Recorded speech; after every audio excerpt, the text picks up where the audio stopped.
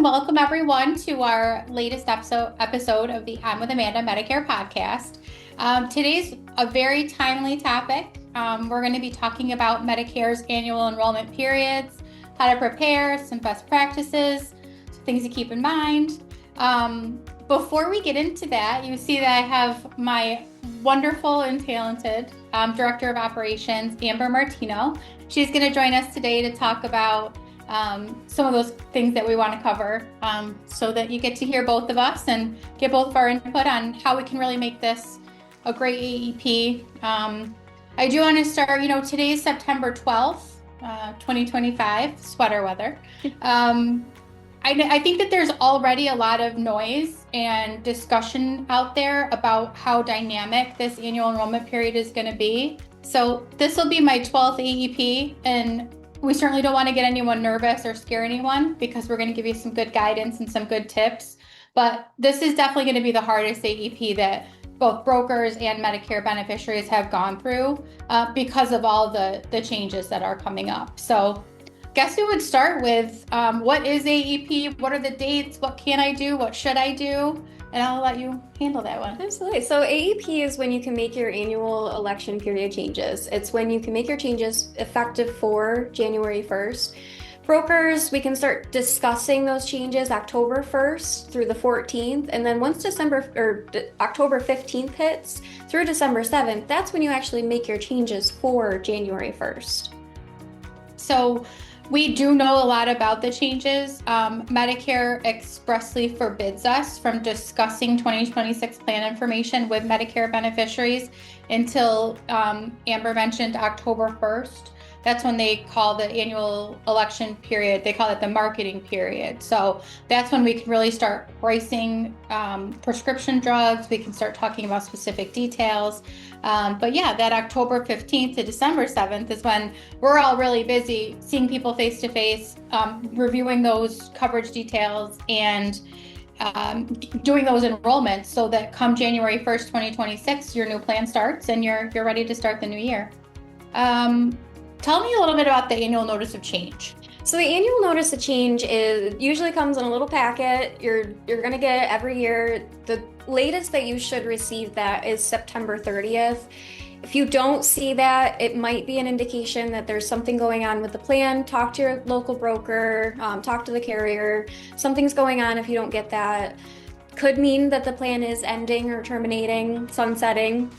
But the annual notice of change, when you're looking through it, really look through the changes from year to year. It's going to show 2025 and 2026 changes right next to each other. And that's when you're really going to see the changes from year to year. Pay attention to that, especially if there's going to be specialists that you need to see and maybe that specialist copay went up a little bit more.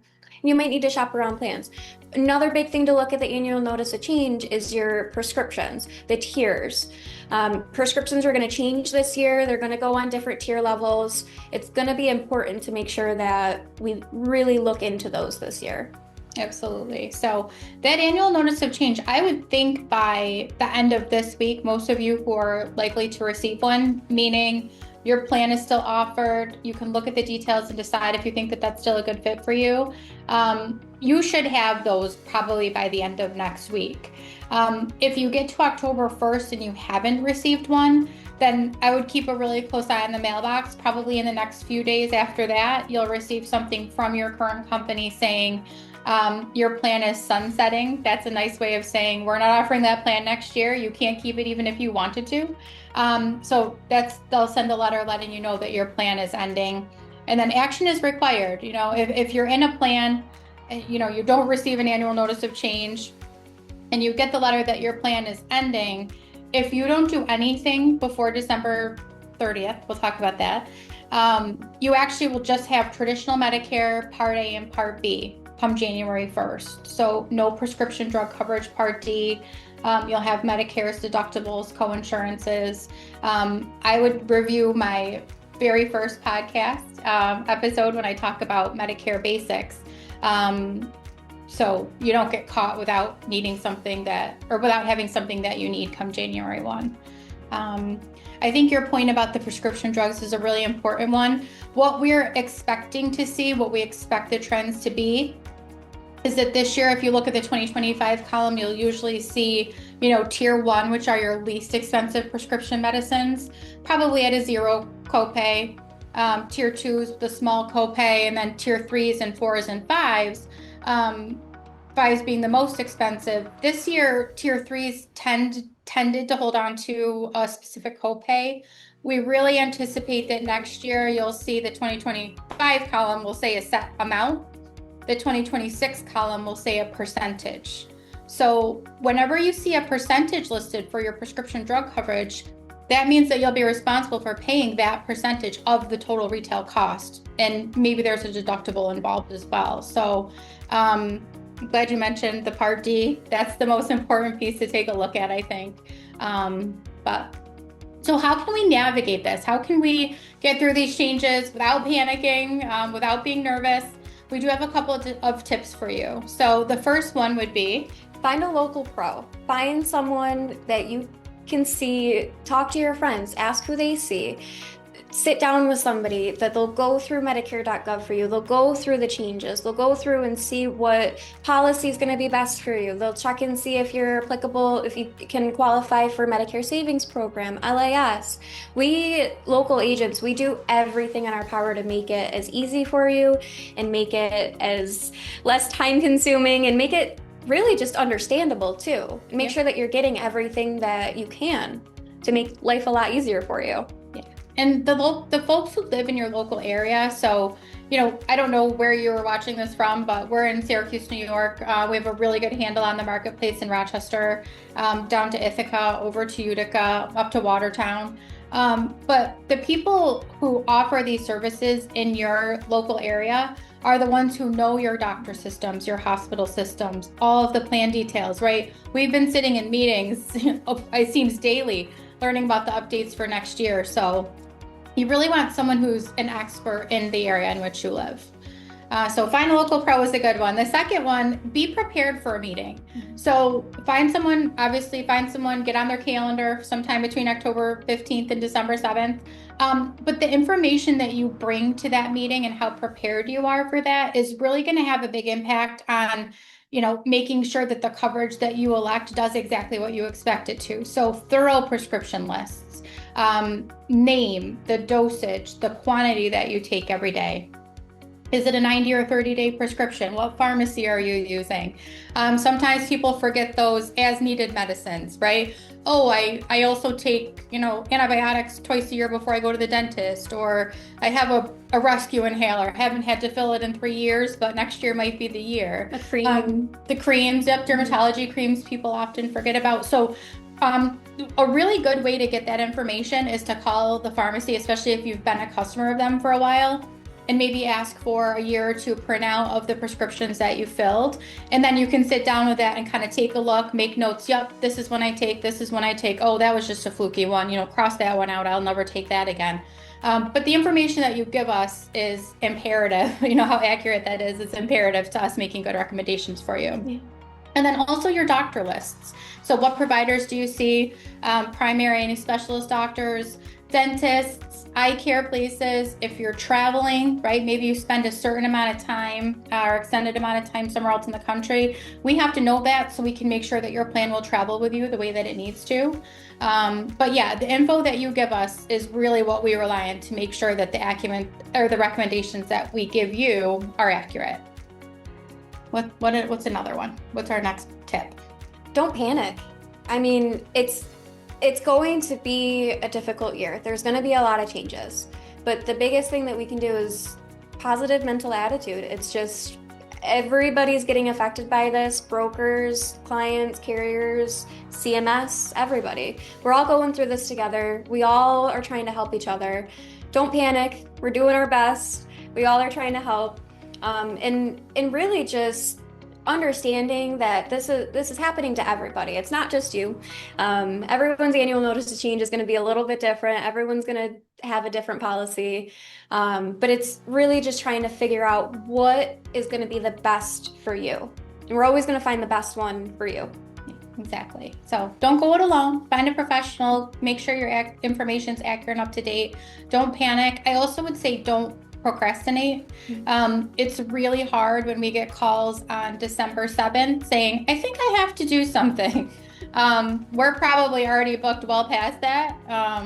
And we do have to, pay attention to deadlines. So again, if you are in a plan that's being offered next year, your deadline is December 7th. If you're in a plan currently that is terminating, your deadline is December 30th. I know I don't want to go all the way through Christmas, but so don't delay. And then I would say, I think that there's a fair sort of curiosity out there. Like, how did we really get here? Like, why are things changing so much? What's causing this disruption? We are going to offer a couple of different group sessions. We do have some Zoom dates that are available if you wanted to Zoom into the meeting, where we talk about why these changes are coming up. What are carriers dealing with? What's CMS implementing? Where do we see the biggest challenges to members next year? So if you'd like to join a Zoom meeting, or if you're in the Syracuse area or Rochester or Ithaca area and want to come in person, we're going to put the dates up on the screen that those are available. So we would ask for occupancy and materials purposes that you call. When you call the number, you'll reach Amber. She'll get you on the list. If it's a Zoom, she'll get your email address so that she can get you that link. Really commit this year to being a really active participant in making your coverage decisions. We want you to know why the plan that you have January 1st is the plan that we decided. So all of these things are just good resources to help you be really informed and educated and empowered to make good decisions. What else? Anything else? I think that's good, right? I think that's good. I mean, definitely try to get in with a local broker as soon as possible. Emphasize broker, someone who can help you with any plan in the area.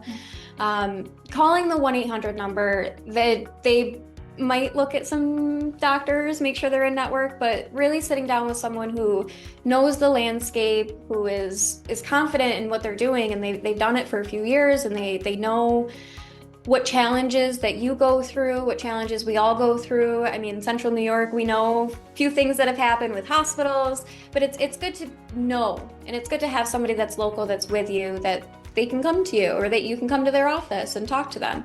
Over the phone just isn't the same. Yeah, we're not a big proponent of telesales. No major offense to any telesales agents out there, but so yeah, let's be positive, let's be proactive, let's get this done, and don't panic. Come 2026, you'll have coverage that's going to do what it needs for what you need for it to do. So thanks for visiting us today. Like, subscribe, pay attention to your dates. And if you have questions about Medicare A&B, beyond the basics, right? What the heck is supplement, Medicare Advantage? If you have questions about Part D, if you have questions about the programs that help you save money and help you with your costs, those are all topics that I've covered in depth in previous episodes. We'll go ahead and put a list of the previous episodes at the end of this and the date that they aired and what the topic was to hopefully help you find that information that you need at your own time frame. So thank you for joining us today. We are happy to help you if you need help. If you're looking for a referral somewhere else in the area, we might be able to help you with that. But yeah, let's have a good AEP, and wishing everybody the best. Thank you. Thanks for listening to another episode of the I'm with Amanda Medicare podcast. Please make sure to subscribe wherever you get your podcast so you don't miss an episode. Also, please leave a review, as that helps me reach more people that can benefit from this podcast's content. If you have questions or topics you want me to cover for a future episode, please email them to info@imwithamanda.com. I look forward to hearing from you. Like any good industry, we do have compliance requirements, so here's my disclosure. We are not a government agency. We are licensed insurance agents who discuss insurance programs such as Medicare Advantage, Medicare Supplements, and Medicare Part D prescription drug coverage. Any specific plan information I provide is limited to the plans I offer in your area. Please contact Medicare.gov or 1-800-MEDICARE to get information on all of your options. Thank you.